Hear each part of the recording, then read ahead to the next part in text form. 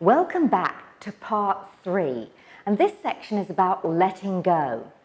And you know, tremendous power lies in letting go, so just for a moment imagine what it would be like if you could see yourself through the eyes of the person you've become. It was Albert Einstein who believed that there's no true division between past and future. There is rather a single existence. However, he was unable to change the temporal mentality ingrained in society. British physicist Julian Barbour states that our illusion of the past arises because each now contains objects that appear as records. The only evidence that you actually have of last week is your memory. But memory comes from a stable structure of neurons in your brain now. So let's say you go to an allopathic doctor expecting a prescription of pills or maybe an option of surgery for whatever ails you. The doctor says, you've got blank, blank, blank. Now, if you have no idea what blank, blank, blank is, it holds no meaning for you. He's not said that it's cancer or leukemia or a virus or mental disorder. He's just said you've got blank, blank, blank. Now actually, blank, blank, blank could even be a good thing because you have no frame of reference for it and it's not linked or associated with any memories. Now, if the doctor says blank, blank, blank with an expression and voice tonality of extreme worry and concern, you'd probably place some meaning in that. But if he says blank, blank, blank with a smile on his face, you'd probably take it on in a positive direction. So you create the interpretation in the now, and it's the filter of experience and memory that impacts our expectations in the now and creates meaning for us. The new model of the world is that everything is created in the now, which means that you can transcend time. All you need to do is change the way you think, change how you view the past events, and change your approach to life. And of course, that's easier said than done.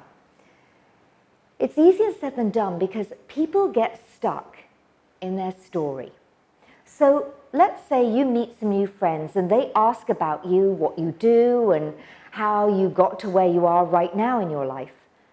You tell them your story. Or if your life is not working and you go for help to maybe a therapist, a coach, or a counselor, you're going to be sharing your story. The story you identify yourself with gets told again and again and again.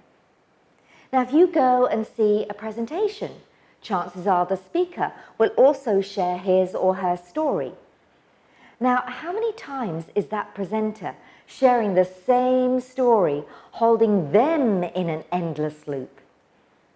When I first met Masood as a client, it was over a year since his relationship with his wife had gone into crisis mode due to what he believed to be inappropriate behavior. Now, since that time, they've been going through individual and relationship counseling, as well as each seeking out other healing modalities. Now, every time they went to a therapist, they were asked to share their story again, which was actually keeping them stuck. In fact, when I saw Masood, I didn't ask him to share, yet he seemed determined to share their story with me. So then I asked him about his relationship and how it was going now. He told me it's transformed 180 degrees in a positive way and direction. Yet Masood is choosing to relate a story of an incident that occurred over a year ago, creating unnecessary stress and angst for himself, when if all he did was just focus on where he and his wife are now, he'd actually notice how happy they are. He'd be able to forgive the past and feel gratitude for a situation that ultimately brought them together in a much more fulfilling way. Now, please note the importance of forgiveness and gratitude. Forgiveness by itself creates an imbalance.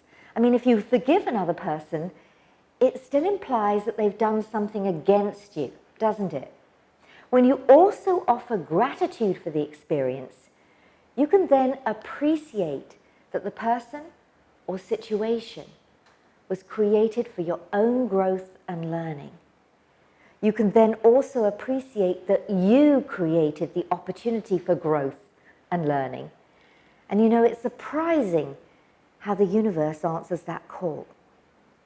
So before going to the next video, I want to ask you to take some time to create a list of who you need to forgive. And when you've done that, review the list so you can discover what you're grateful for, what gifts that person or situation gave to you.